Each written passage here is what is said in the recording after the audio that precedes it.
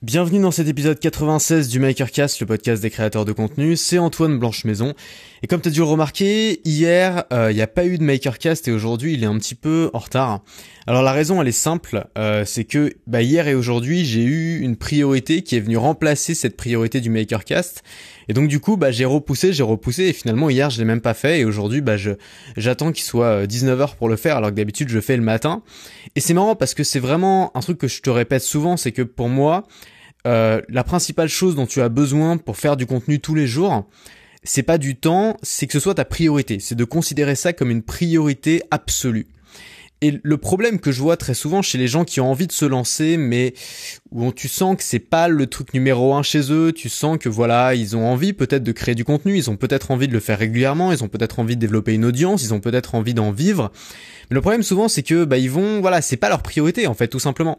Et si c'est pas leur priorité, tu dois trouver, c'est extrêmement difficile de trouver le temps nécessaire et la persévérance pour avoir des résultats, pour créer du contenu tous les jours. Si c'est pas ta priorité. Et donc, tu vois, même moi où c'est mon métier, même moi où c'est mon gagne-pain, même moi où c'est mon activité principale, il y a des jours où c'est pas ma priorité, et donc ces jours-là, je le fais pas. Et c'est dommage, et je pense que une des manières les plus simples, un des meilleurs conseils que je peux te donner si tu veux vraiment créer du contenu tous les jours ou presque, et même si aujourd'hui t'as l'impression d'avoir pas le temps, simplement de te lever tous les matins 1 heure plus tôt et d'allouer cette heure-là uniquement à la création de ce contenu. C'est-à-dire qu'à ce moment-là, ton smartphone reste en mode avion. Tout le monde doit dormir, personne ne doit pouvoir t'interrompre et pendant cette heure-ci, tu fais uniquement ton podcast. Et l'avantage de faire ça, c'est que du coup, que ce soit ta priorité ou pas, si tu le fais tous les matins, c'est fait. Et donc ensuite, tu peux faire tout le reste dans ta journée, rien finalement ne sera plus urgent que ça puisque tu l'auras déjà fait. Voilà, donc je voulais commencer comme ça et puis aujourd'hui, je voulais te parler d'autre chose. Je voulais te parler de travailler comme un artisan. Et ce sujet, c'est un peu la raison pour laquelle j'ai décidé que ma thématique, ce serait la création de contenu, ce serait d'aider les makers et pas l'entrepreneuriat en général.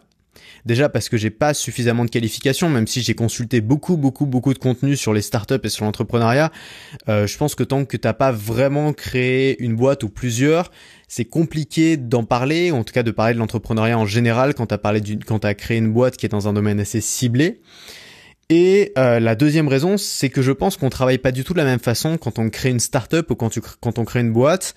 Une vraie boîte, entre guillemets, ce que les gens considèrent comme une vraie boîte, c'est-à-dire avec un bureau, avec des salariés, avec un sort de système qui fonctionne tout seul. Une boîte qu'on peut revendre, si tu veux, plutôt que quand on est créateur de contenu. Les grosses différences, c'est d'abord que quand t'es créateur de contenu, t'as pas besoin de salariés, très souvent. Alors c'est bien d'avoir quelqu'un qui peut t'aider, faire le support client ou ce genre de choses, mais t'as pas vraiment besoin de salariés, c'est pas quelque chose que tu délègues, c'est quelque chose que tu fais toi-même. La deuxième chose, c'est que du coup, tu peux pas vendre ton business. C'est un des défauts d'ailleurs de ce business-là, c'est que si un jour, moi, j'ai envie de changer d'activité, je peux pas vendre mon business, même si c'est un business qui marche très bien, même si le chiffre d'affaires est énorme, ce sera très difficile de le vendre parce que les gens écoutent, parce que c'est moi, tu vois. Si demain, le MakerCast continue, mais que c'est un autre hôte, les gens qui vont suivre, c'est les gens qui sont intéressés par l'autre hôte, pas les gens qui sont intéressés par le MakerCast. Et en fait, la différence principale pour moi entre un business classique, une vraie boîte entre guillemets, et notre job de créateur de contenu, c'est que une vraie boîte, ça a un très gros potentiel. Ça veut dire que ça a toujours le potentiel de devenir une énorme entreprise, de devenir un dragon, de devenir une multinationale. Ce que je te souhaite pas forcément, on peut se demander si c'est souhaitable en fait, parce que souvent on voit, même récemment, on le voit, souvent il y a des boîtes qui deviennent énormes et qui en subissent un peu les conséquences. Il y a aussi des boîtes qui meurent à cause d'une croissance trop rapide, et puis il y a des CEO, comme par exemple le patron de Uber, qui se retrouve mis à la porte parce que une grosse boîte est pas adaptée à son tempérament. Et donc c'est un très gros potentiel, mais c'est aussi très fragile. C'est-à-dire que si tu veux créer une vraie boîte, une start-up, c'est très fragile. C'est-à-dire que ça va être très difficile de passer le cap où la start-up va devenir une grosse boîte, va devenir une grosse entreprise, va devenir peut-être même une multinationale. Et même une fois que tu l'as passé, ça peut se casser assez rapidement. Une entreprise comme ça est très fragile parce que tu as pas de pilier central sur lequel repose l'entreprise. Par exemple, je vais donner un exemple concret. Si tu crées je sais pas, une entreprise, une énième app qui permet de, je dis n'importe quoi, de convertir les bitcoins en euros. Voilà, hop, une app qui permet de faire ça. Bah, soit ton app devient l'app numéro 1, tout le monde la télécharge, ça devient mainstream, soit elle se bat avec pas mal d'apps et puis finalement il y a 2-3 apps qui vont sortir du lot et la tienne elle va se faire oublier. C'est-à-dire qu'il y a aucune raison d'utiliser la tienne et pas une autre. Dedans il y a juste des idées, ces idées elles peuvent être copiées, ces idées elles peuvent être volées. Alors que quand t'es un maker, quand t'es un créateur de contenu, c'est assez différent. C'est-à-dire que t'as pas un énorme potentiel, t'as pas un potentiel illimité, c'est-à-dire que ça va être très difficile de créer une énorme structure en restant tout seul et simplement en créant du contenu. Malgré tout, c'est pas impossible, il y en a qui l'ont fait. Tu prends par exemple des géants des conférences comme Tony Robbins, tu vois, qui font du développement personnel à l'échelle mondiale, qui font des livres qui sont traduits dans toutes les langues, qui font des conférences devant des milliers et des milliers de personnes. Ces gens-là ont réussi à créer une structure énorme avec des dizaines de salariés juste en créant du contenu, en restant seul. Mais voilà, ça reste très minoritaire et il y a peu de chances d'avoir un énorme impact sur le monde juste en faisant ça. Mais quand tu crées du contenu, tu fais un autre choix, tu fais le choix d'apporter beaucoup de valeur à un petit nombre de personnes et en ce sens-là, bah, tu as quelque chose qui est très solide. Pourquoi c'est très solide par rapport à une startup ? Parce qu'une startup, comme on l'a dit, ça peut être remplaçable.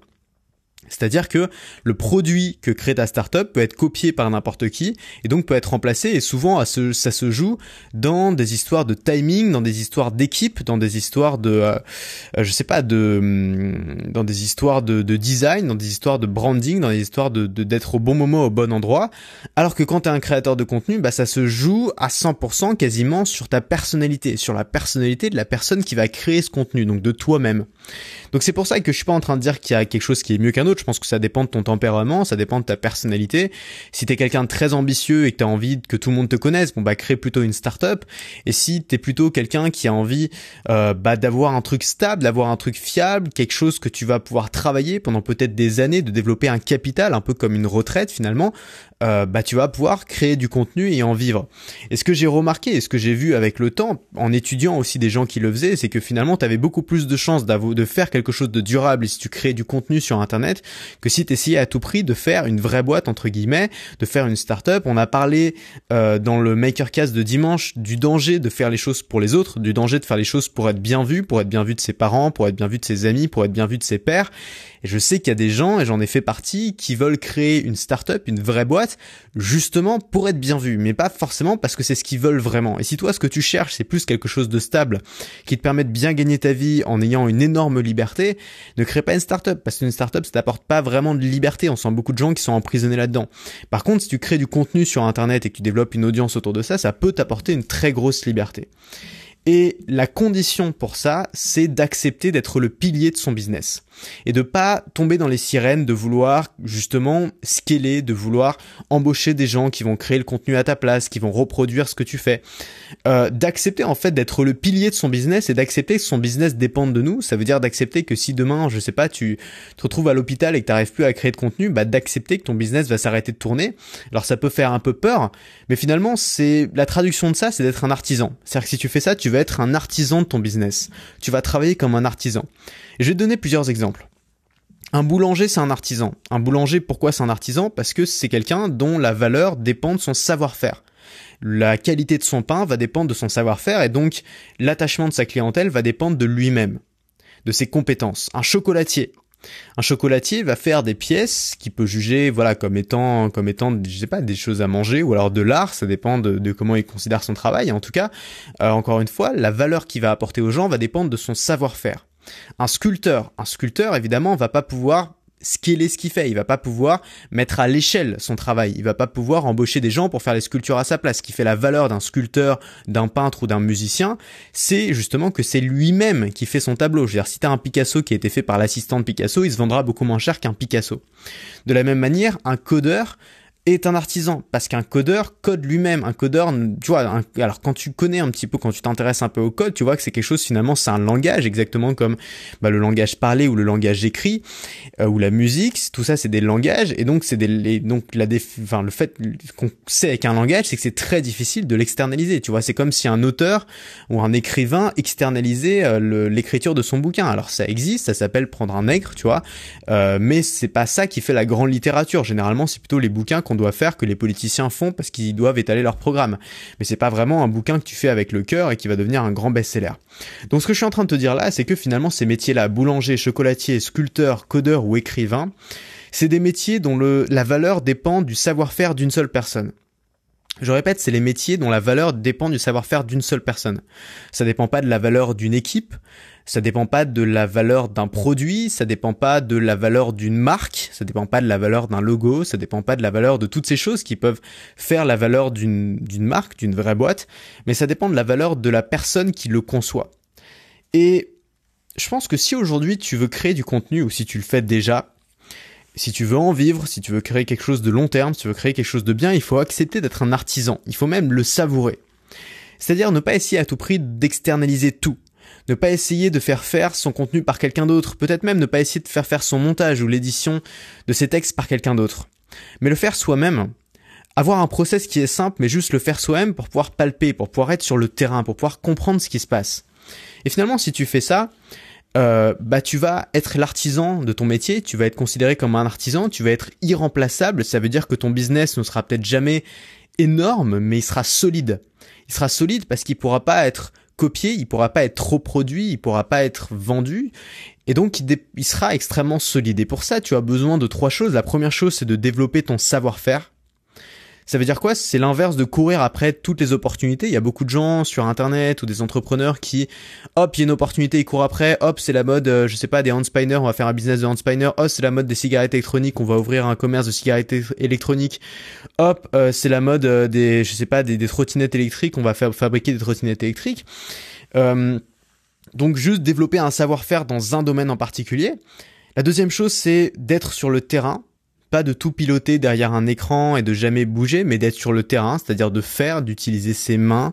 Si tu fais du contenu, si tu fais des vidéos, si tu fais de l'écrit, aller chercher toi-même les sources de ces vidéos, aller consulter des formats longs, des contenus plus courts, des contenus de gens qui t'inspirent, des contenus qui ont rien à voir, enregistrer toi-même, monter toi-même, publier toi-même, être sur le terrain. Et puis enfin, développer une clientèle. Développer une clientèle, pour moi, ça s'oppose au fait de chercher sans arrêt de nouveaux clients. Il y a beaucoup d'entrepreneurs qui fonctionnent comme ça, qui vivent un peu dans le stress, parce que si demain ils trouvent plus de nouveaux clients, ils sont foutus. Donc ils sont sans arrêt en train de dépenser de gros budgets en publicité Facebook ou en publicité AdWords pour trouver sans arrêt de nouvelles personnes à faire rentrer dans la machine, puisque les personnes finalement sont utilisées une fois puis sont jetées. Alors que si tu veux être un artisan, tu vas développer une clientèle. Le boulanger, il va avoir ses habitués qui vont revenir tous les matins. Le chocolatier aussi, l'écrivain, il va avoir ses lecteurs qui vont racheter tous ses livres. Et c'est eux qui vont créer sa valeur. C'est eux qui vont faire qu'il pourra être là sur le long terme, il pourra être durable. Et donc au lieu de sans arrêt chercher de nouveaux clients, tu peux créer une gamme de produits et sortir régulièrement de nouveaux produits à une même clientèle.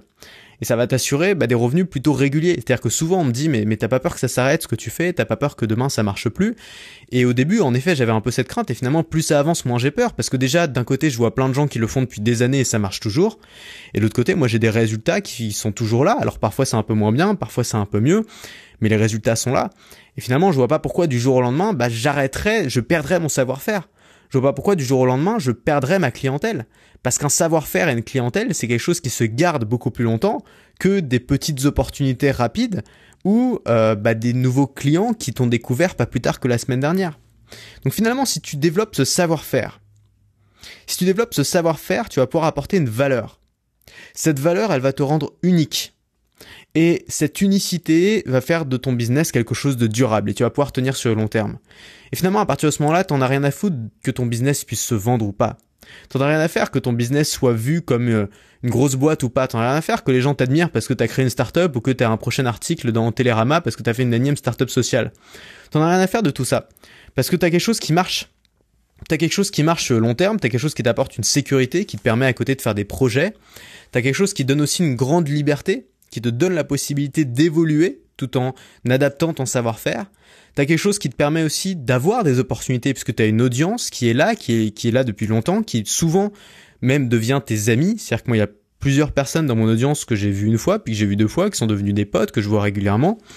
Ça va t'apporter tout un tas de choses que t'apportera jamais un business en dur, que t'apportera seulement, en fait, le métier d'artisan. C'est-à-dire la même chose que peut avoir un boulanger qui fait ça depuis 20 ans, qui est passionné. La même chose que peut apporter, que peut avoir un sculpteur qui fait ça aussi depuis des années, où ses sculptures vont continuer à se vendre après sa mort.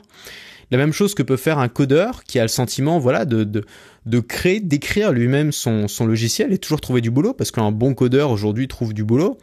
Ou le sentiment que peut avoir un écrivain qui en est à son 18e livre et qui a toujours son lectorat de fans, qui est toujours là et qui lui permet de vivre et de vivre de sa passion. Et ça, c'est précieux. Et donc voilà, je voudrais pas tenir le discours de l'ambitieux, te tenir le discours de fais-en plus, tu peux toujours viser plus haut, toujours viser la lune. Je te dis simplement, essaye de développer ce savoir-faire, essaie de devenir un artisan, ce sera déjà génial et ce sera déjà plus que beaucoup de gens qui sont toujours en train de courir derrière la nouvelle grande opportunité, mais qui finalement développent jamais rien sur le long terme. Là, t'as quelque chose qui tient, t'as quelque chose qui te demande pas d'être un génie, t'as quelque chose qui te demande simplement de persévérer. Et on va revenir à ce qu'on disait au tout début de cette émission. Pour persévérer, tu as besoin d'en faire une priorité et j'aimerais que ce soit ta priorité à partir de maintenant. Si tu prends tout ça sérieusement, si tu écoutes mes podcasts depuis un bout de temps, si tu te dis pourquoi pas moi, si tu as des projets, si tu as des idées, j'aimerais vraiment que tu le lances. J'ai vu qu'il y avait des gens qui avaient raté le défi que j'avais lancé en août de faire une vidéo, de faire 3 vidéos par semaine, qui voudraient le refaire. Fais-le, n'attends pas mon aval, n'attends pas mon feu vert, vraiment fais-le. Fais-en une priorité, lève-toi 1 heure plus tôt tous les jours. Je sais que c'est chiant, mais il suffit de se coucher 1 heure plus tôt, c'est pas très compliqué. Lève-toi 1 heure plus tôt tous les jours et fais-le. Commence ton travail d'artisanat et tu vas en récolter les fruits. Voilà, c'est tout ce que je voulais dire. Ce podcast était un petit peu confus, je m'excuse parce que là je suis vraiment sur plein de trucs en même temps. Il y a le déménagement qui va bientôt arriver, on a eu des galères, des problèmes dans tous les sens. L'appart est en grand chantier. C'est pas évident pour moi, mais je vais essayer de garder cette priorité jusqu'à la fin de la semaine et de continuer à faire mon contenu quotidien, même si je peux pas te garantir d'être là absolument tous les jours. Je te dis, j'espère, à demain.